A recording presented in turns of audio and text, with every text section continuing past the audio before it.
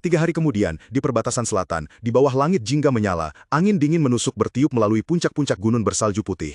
Di tengah pemandangan yang sunyi dan keras itu, Jin Runchandel, sebagai komandan, sedang memberikan instruksi terakhir kepada pasukannya. Suaranya menggema, jelas dan penuh wibawa, mengalahkan deru angin. Tujuan misi kali ini adalah mencari Semberfield, pewaris keluarga Field dari kerajaan Jan. Setibanya di sana, kita akan mendirikan camp di pusat perbatasan selatan. Setelah itu, setiap tim akan memulai pencarian dan berbagi informasi dengan mengirimkan orang ke camp pada waktu yang ditentukan setiap hari. Selama misi ini, kalian tidak boleh memanggilku Tuan Muda, melainkan Komandan. Yang terluka akan tetap di camp untuk beristirahat. Itu saja, semoga pemimpin pencarian masih hidup.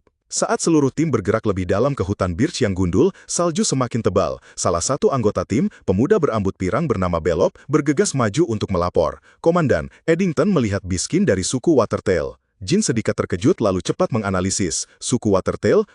Karena mereka adalah suku yang lembut, selalu menghindari predator, jadi mungkin kita tidak akan bertemu suku White Wolf di dekat sini. Setelah berpikir sejenak, Jin berbalik dan memberi perintah. Baiklah Belop, karena salju akan memperlambatmu, kembalilah ke camp 2 jam lebih awal. Untuk yang lain, cari di area 13.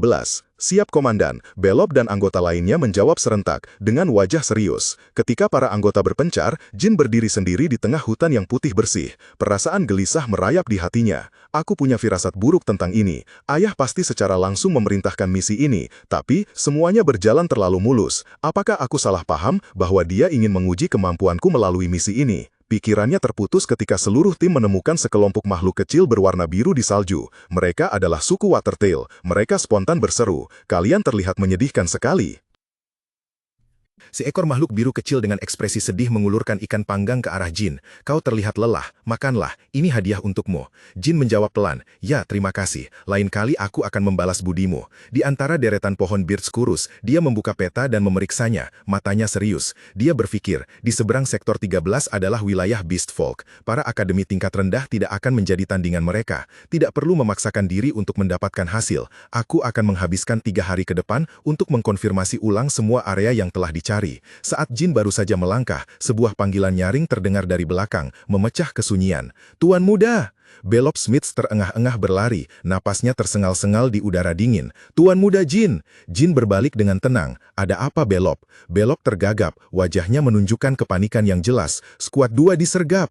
Keteguhan Jin seketika menghilang, digantikan oleh ketegasan dan keagungan. Dia memerintahkan, "Semua pasukan, bersiap untuk berangkat." "Belop, bagaimana situasinya?" Belop buru-buru melaporkan, "Skuad 2 harus berpencar untuk menghindari musuh. 1 orang berhasil melarikan diri, kembali ke markas untuk melapor." Jin mengerutkan kening, "Beast Folk yang menyerang mereka?" "Bukan," jawab Belop, suaranya masih bergetar. "Mereka disergap oleh manusia, dan sudah dipastikan ada 3 pelaku. Berani menyerang Runchandel hanya dengan 3 orang. Jin memotongnya, matanya tajam. "Tidak mungkin, mereka pasti punya lebih banyak orang." Dia berbalik dan memanggil keras, "Eddington, David."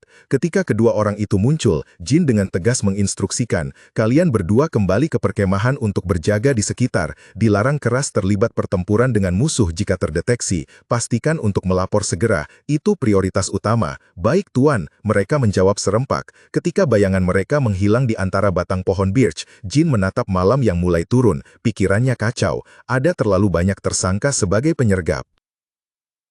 Di tengah pemandangan salju putih bersih yang dingin, Jin Runchandel dan Belop Smith melaju kencang, jubah mereka berkibar-kibar di tiup angin, melintasi pohon-pohon birch yang kurus kering. Jin tak henti merenung, apa tujuan mereka? Mengapa mereka menargetkan pasukan 2, alih-alih pasukan 1 milikku? Begitu mereka berhenti di tanah lapang, sebuah pemandangan mengerikan menyentak mata, bercak-bercak darah merah segar, berserakan di salju putih bersih. Belop panik, terbata-bata, Tuan Muda, ada darah, mungkinkah? Mesa, semua orang di pasukan 2 sudah mati." Jin mengangkat tangan memberi isyarat agar Belop diam, matanya yang tajam menyapu tempat kejadian. Ia berlutut, dengan hati-hati memeriksa bercak darah terdekat. "Tenanglah Belop, darah masih segar, juga tidak ada tanda-tanda jatuh atau potongan daging." Jin menenangkan dengan nada tegas. Ia berdiri, menarik kesimpulan dari jejak kaki yang tertinggal di salju. Terjadi pertempuran di sini, dan pasukan 2 melarikan diri. Berdasarkan jejak kaki, hanya ada 1 penyerang yang menghadang mereka. Bersamaan itu, seorang murid lain berlari mendekat untuk melapor. Belop segera berkata, "Tuan muda, kami menemukan perban yang tertinggal. Sepertinya itu produk Huefester." Jin menerima perban yang masih berlumuran darah dari tangan murid itu. Pandangannya menjadi lebih dingin. "Bagus sekali, Sierra. Di mana kau menemukannya?" "Tuan, di sebelah barat." Jin menggenggam erat perban itu di tangan. Kepingan terakhir dari gambaran itu telah terangkai. Ia membayangkan seluruh kejadian. Jadi, saat mereka memberikan pertolongan pertama kepada yang terluka setelah serangan pertama, mereka diserang lagi oleh orang lain dan terpaksa melarikan diri ke arah barat. Kemarahan terpendam menyala di mata birunya yang jernih. "Aku akan membuat mereka berbayar karena berani menyentuh orang-orang Runcandel." Berpaling ke arah murid itu, Jin memberi perintah jelas, "Sierra, berkumpullah kembali dengan Eddington dan David, lalu laporkan situasinya." Kemudian ia menatap ke arah Belop dengan pandangan teguh. "Ayo pergi, Belop." Belop segera berdiri tegak, membalas dengan penuh tekad, "Baik, Tuan muda." Kling dingin bergema saat Belop mendarat di salju putih bersih, memecah kesunyian hutan birch di malam hari. Jin sudah berdiri di sana, bersandar pada sebatang pohon, wajahnya benar-benar tenang. "Itu pasukan 2, Tuan muda," Belop berbisik melaporkan, matanya tak lepas dari sosok-sosok yang bersembunyi di depan. Jin menjawab dengan tenang, "Ya, aku tahu, tapi Mesa tidak ada di sana. Tidak hanya itu, jumlah penyergap bertambah 1. Belop, pejamkan matamu sebentar. Setelah 2 detik, serang yang di kiri." "Dimengerti," jawab Belop singkat, segera mematuhi perintah. Dalam momen singkat itu, Jin fokus pada belati di tangannya. Ia bergumam pada diri sendiri, mengingat ajaran Murakan tentang energi hitam. Aliran energi hitam pekat dan memikat mulai berkumpul, melilit bilah pisau. Karakteristik energi hitam, ketajaman dan daya hancur benda yang diselimuti akan meningkat, dan juga mengaburkan keberadaan benda itu sendiri. Begitu selesai berpikir, pisau di tangan Jin menyala terang lalu menghilang saat ia melemparkannya. Hampir seketika, salah satu penyergap menjerit kesakitan. Lengannya yang bersirah telah tertembus belati. Tepat 2 detik berlalu, bersamaan dengan itu, Belop membuka matanya lebar-lebar, tubuhnya sudah dalam posisi siap, pedangnya memancarkan aura hijau terang saat ia mengerahkan kekuatan untuk menebas. Penyergap yang tersisa, yang terkejut melihat pisau Jin tiba-tiba muncul dan menancap di pohon tepat di sampingnya, hanya sempat berteriak ketakutan. "Apa-apaan ini?" Ia tak punya waktu lagi untuk bereaksi. Di hadapan tatapan Belop yang penuh tekad, bilah pedang yang menyala itu menebas ke bawah, membawa kekuatan yang tak terbendung. Bilah pedang mendesing di udara, kilatan cahaya beradu dengan keras. Di tengah kepungan musuh, Belop Smith mengerahkan tenaga menahan serangan badai dari pembunuh bertopeng. Kekuatan benturan membuat keduanya mundur. Tiba-tiba, tebasan pedang tajam membawa aura kegelapan dingin melintas, dan darah segar muncrat ke tanah dingin. Jeritan menyedihkan merobek kekacauan. Pembunuh bertopeng roboh ke tanah, memegangi lengan yang terluka parah, tubuhnya gemetar kesakitan. Berdiri tegak di atasnya adalah Jin Runcandel, pedangnya masih berlumuran darah, ekspresinya dingin. Ia berbalik menatap kesatria kadet yang tersisa, bertanya, "Kalian semua baik-baik saja?" Salah satu yang selamat buru-buru menjawab, suaranya bercampur gembira dan malu, "Tuan muda, kami baik-baik saja, tapi Mesa sudah ditangkap mereka. Kami sangat tidak berguna, mohon hukumanmu." "Tidak apa-apa," Jin menenangkan dengan tenang, "kalian prioritaskan penyembuhan dulu." Sementara itu, musuh yang tumbang di tanah menggertakkan gigi, berusaha menahan rasa sakit. Ia mendongak menatap Jin, matanya penuh keputusasaan dan ketakutan, dengan susah payah tergagap. Ampuni nyawaku." Jin sedikit menyeringai, matanya dingin menatap orang yang mengerang di kakinya. "Ampuni nyawamu, melihat caramu menghargai nyawamu, sepertinya kau bukan salah satu pengikut bodoh klan Zippel. Aku akan memberimu 2 pilihan. 1, kau akan menjadi satu-satunya yang mati setelah mengungkapkan semua tentang organisasi, tujuan dan markasmu. Atau 2, tetap tutup mulut dan mati bersama semua yang terkait denganmu."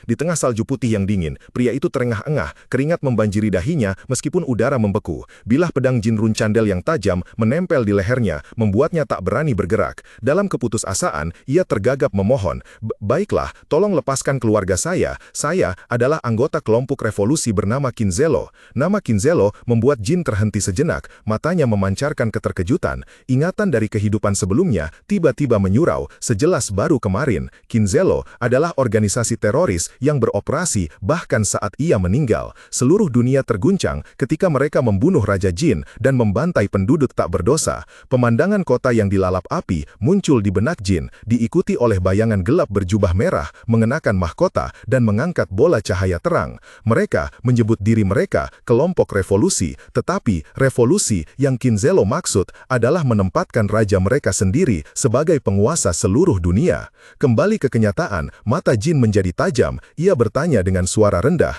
"Kalian berniat menciptakan kekacauan di kerajaan jin dengan membunuh para praktikan rune candel?" Menghadapi tekanan, bawahan itu gemetar dan mengungkapkan segalanya.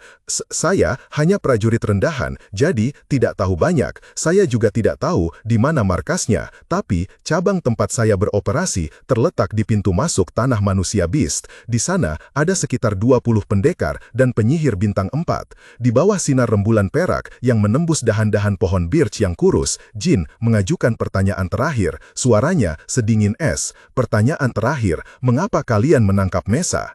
"Itu untuk propaganda, mempromosikan revolusi kami. Ada perintah untuk menangkap praktikan wanita hidup-hidup." Mendengar alasan pengecut itu, praktikan lain yang berdiri di dekatnya tidak bisa menahan amarah. Ia menggertakkan gigi dan mengutuk, "Bajingan kotor." Pria yang putus asa itu menambahkan, "Hanya itu yang saya tahu." Jin menatapnya, matanya tanpa emosi. "Aku akan menepati janjiku," katanya dengan suara datar namun mengandung ketetapan hati. Tangan Jin yang bersarung tangan perlahan mencengkram gagang pedang. Aliran energi hitam samar mulai melingkar di sekitar bilah pedang, menandakan akhir yang tak terhindarkan.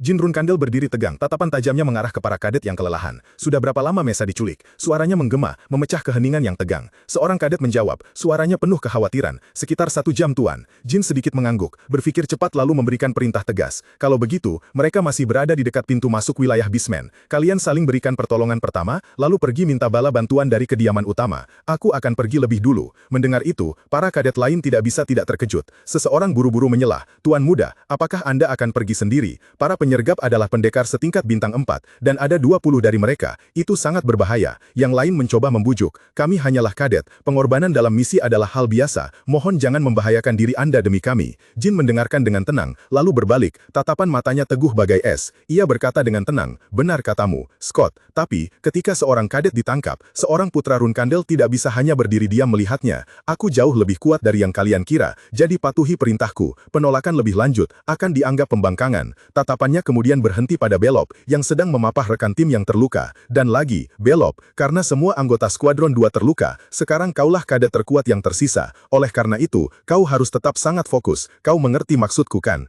Belop, meskipun masih terpaku, namun telah memahami tanggung jawab yang diberikan Jin. Ia menundukkan kepala, menjawab dengan hormat, "Hamba akan mengingatnya, Tuan Muda." Hanya suara ringan terdengar, sosok Jin telah melesat pergi, menghilang ke dalam malam dingin hutan bersalju. Gambaran Mesa di tengah salju putih bersih dan dingin beku, terbaring tak bergerak, darah mengotori wajah pucatnya, napasnya yang lemah mengepulkan uap tipis di udara beku, dan sebuah permohonan putus asa, nyaris tak terdengar, keluar dari bibir pecah-pecahnya. "Tolong!" Seolah menjawab permohonan yang nyaris padam itu, Jin Rune Candle menerjang bagaikan badai salju, jubah putihnya berkibar hebat tertiup angin, kakinya melangkah panjang, mengobrak-abrik hamparan salju. Dalam benaknya, satu pikiran tunggal berteriak, menggema rasa takut yang teramat sangat, "Kumohon, jangan sampai aku terlambat."